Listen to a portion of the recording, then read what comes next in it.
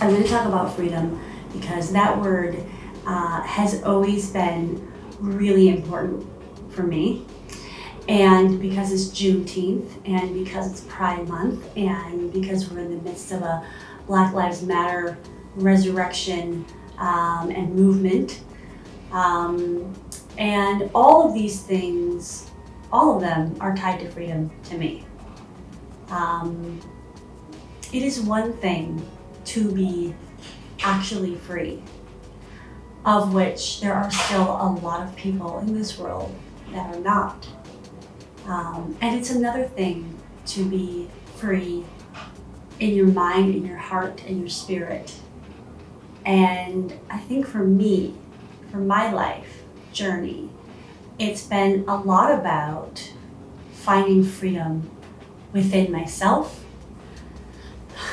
finding freedom in my heart, in my mind, and living from that place of I can do anything. And on my wedding anniversary,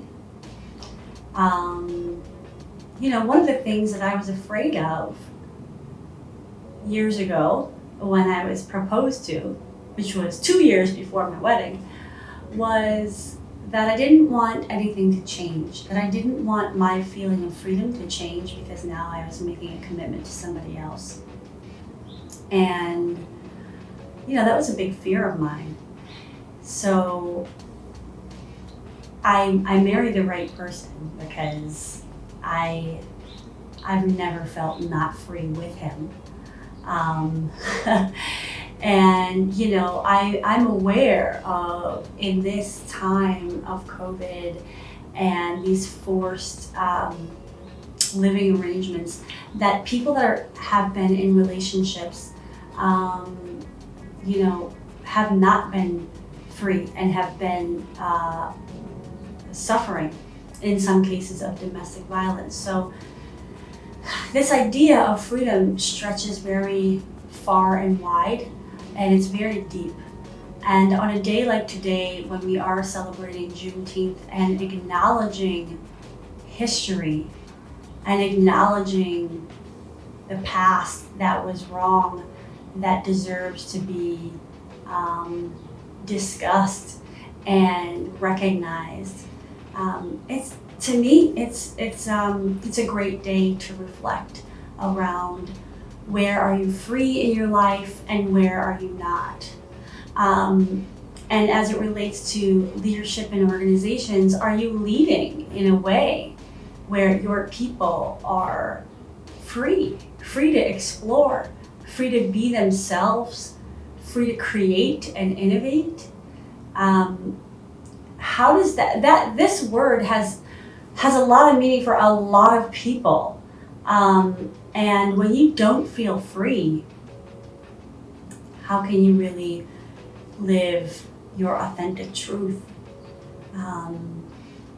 If you're not free to love who you want to love, then there's a lot more work that we need to do in this world. And, it does not escape me that I am privileged to love who I love and to profess my love for him publicly. And not everybody is in that situation.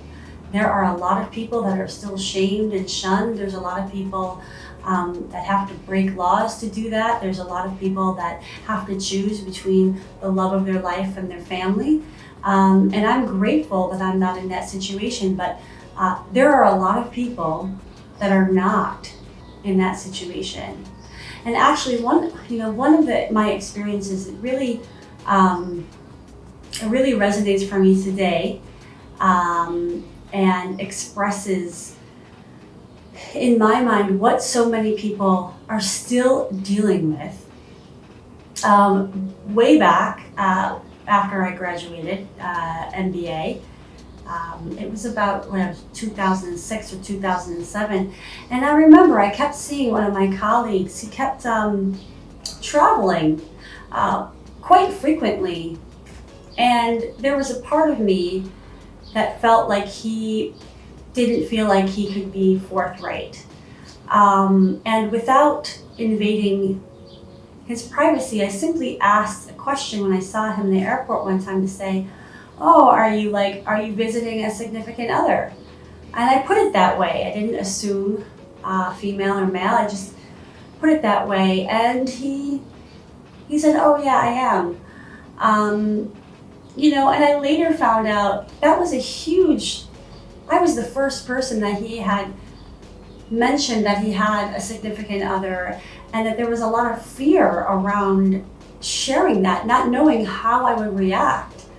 And I just remember feeling like, wow, like this is horrible that we live in a world and in a place where there are people that don't feel like they can express that part of them, express their love, for fear of how people will react, for fear of being shamed, or fear of getting fired, or all kinds of other repercussions. So during this Pride Month and on my anniversary, I get feisty, because this is Feisty on Friday. I get feisty about the fact that we are still living in a world where those fears exist, and we need more and more people who are actively making environments more comfortable for anybody in any kind of situation, whoever they are. Because until we do that, we cannot be free as a human race. We cannot realize our potential. We cannot help our employees see their potential if they have to hide parts of themselves from us. Freedom to me is also free from expectation, free to be who you are, free to get out of the boxes that we've been put in by others along the way, and especially freedom from our past. So much of the work that I do and the healing that I've done for myself and that I help others with is around letting go of the past so that we can move forward into the future that we desire, from our own place, from our own hearts, and from a place of pure freedom that we are able to do whatever it is that we feel we need to do to live our best lives. So yeah, there's a lot of stuff in here around freedom, and I just want to take a minute to honor my husband, because he has truly allowed me, I shouldn't say allowed, he has held space for me to find my truth, to live free, and encourage me and support me.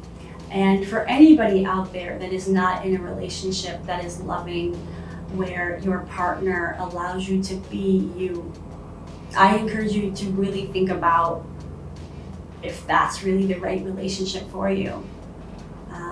Because you deserve to be free, to feel free, and to roam wherever it is you desire.